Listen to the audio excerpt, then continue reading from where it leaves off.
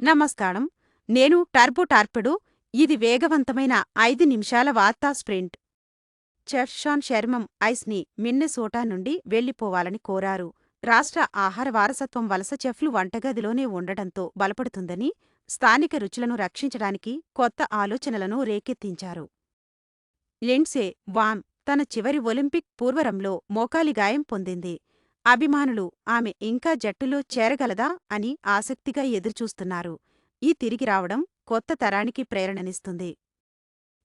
ప్రయాణ సూచన: వచ్చే నెల నుండి రియల్ ఐడీ లేదా పాస్పోర్ట్ లేని వారిపై అదనపు గేట్ ఫీజులు విధించబడతాయి, కాబట్టి మీ పత్రాలను ఇప్పుడే తనిఖీ చేసుకోండి.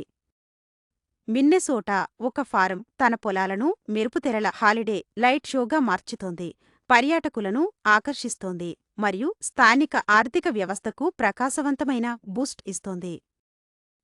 ఆజా ఎప్స్టీన్ ఫైళ్లు విడుదలవుతున్నాయి.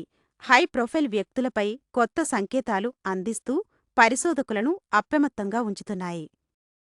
ఇవన్నీ ఎంత వేగంగా మారుతున్నాయో చూపిస్తున్నాయి.